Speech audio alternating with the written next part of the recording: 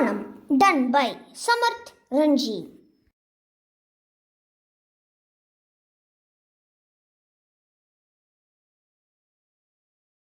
Onam.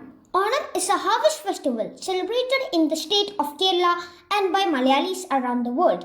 It is the time when the God's own country turns into a vibrant riot of colors and music. According to the Malayalam calendar, the festival falls in the month of Chignam, which usually corresponds to the month of August or September.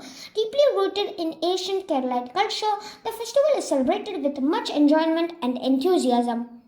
The festival entirely lasts for around 10 days. The 10 days are sequentially known as Adam, Chitra, Chodi, Vishagam, Aniram, Triketa, Moolam, Puradam, Uttradam, and Thironam. The first and the last day are particularly important in Kerala and to Malayali communities elsewhere. The Adam day is marked with the start of Vamna Murthy Trikakra temple. This Vishnu temple is considered as the focal center of Onam and the home of Mahabali. With the raising of the festival flag, other days have a diverse range of celebrations and activities ranging from boat races, cultural programs, sport competition, dance events, martial arts, pookalam, prayers, shopping, donating time or food for charity, to spending time with family. Men and women wear traditional dress.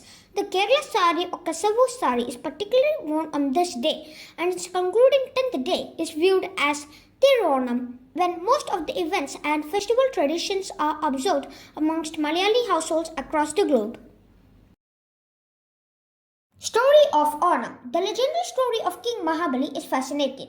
He was an asura and a big devotee of Lord Vishnu.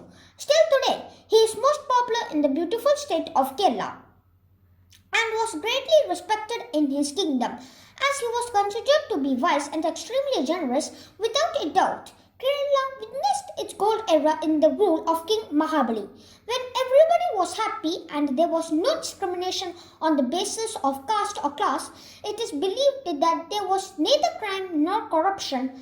Hence, people did not even lock their doors, as there were no thieves in that kingdom. He was a great ruler who was immensely loved and respected by his people.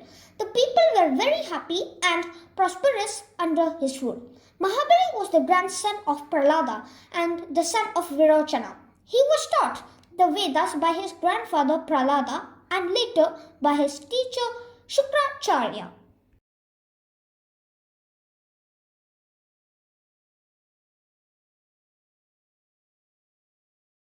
Shukracharya was a very good teacher. Hence, with his help, Bali soon conquered the three worlds, through which Bali defeated Lord Indra, the king of the gods, and took over the heavens.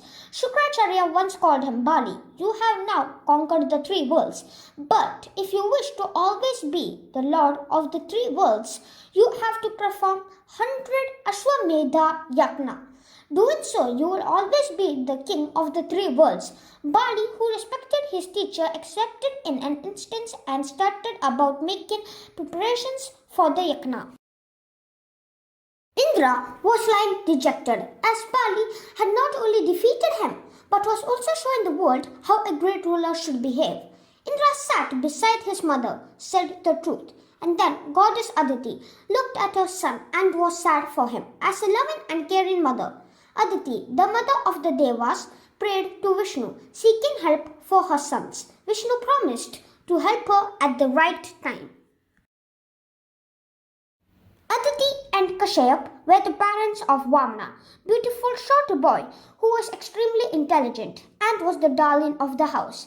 The boy was none other than the avatar of Lord Vishnu. As per the customs, during the age of 5, Vamna sacred thread ceremony was also performed and was sent for his education. At the same time, Mahabali had performed 99 Ashwamedha Yajna and had to just perform one more Yajna, and after which he could be crowned as the king of gods.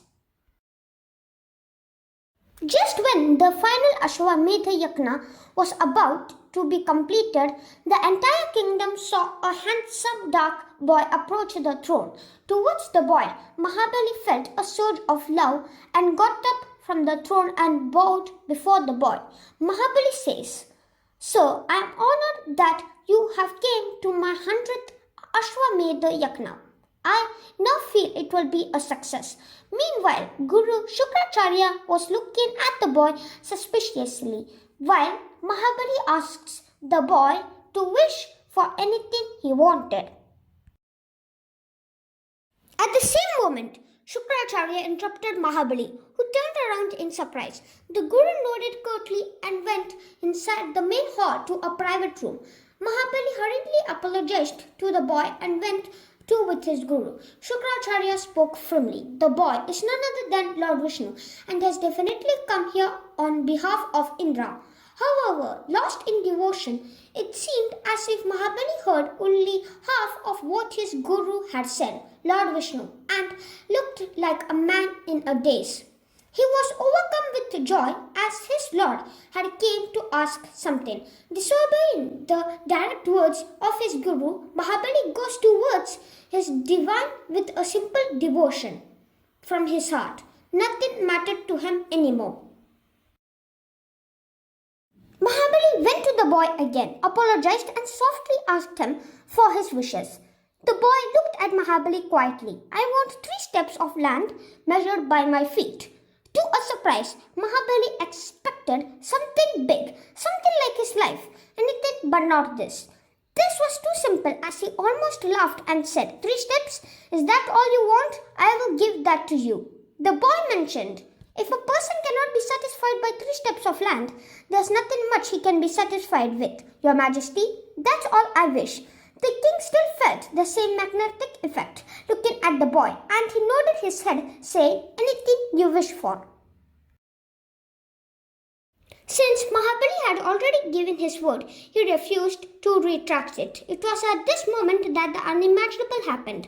Vamana started to expand massively in cosmic proportions, much to the disbelief of everyone present in the palace. With his first step, he covered the entire land on earth, and with the second step, he covered the land in the heavenly skies. He then asked Mahabali for space to place his third footstep. Realizing that Vamana indeed was no ordinary Brahmin, Mahabali folded his hands in respect and bowed in front of Vamana. He asked Vamana to place the third step on his head, despite knowing that this would push him to Patal or the underworld. Pleased by this gesture, Lord Vishnu revealed himself and offered a boon to Mahabali. The king, who was so deeply attached to his kingdom and his people, requested Lord Vishnu to allow him to visit his kingdom once a year.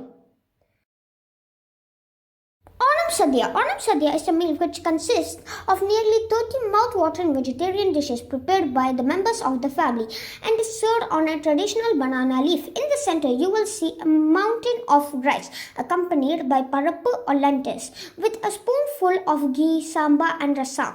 Surrounding it will be avial or mixed vegetables cooked with coconut, dry vegetable dishes, currants that are so vegetable curries. Spicy sweet eroshi is usually made from pumpkins or bananas, and tangy pulishery is traditionally made from mangoes.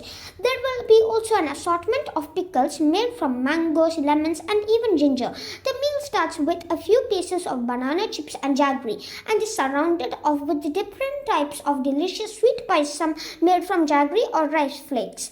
It is customary to have little rice with curd or buttermilk after the payasam to help with digestion.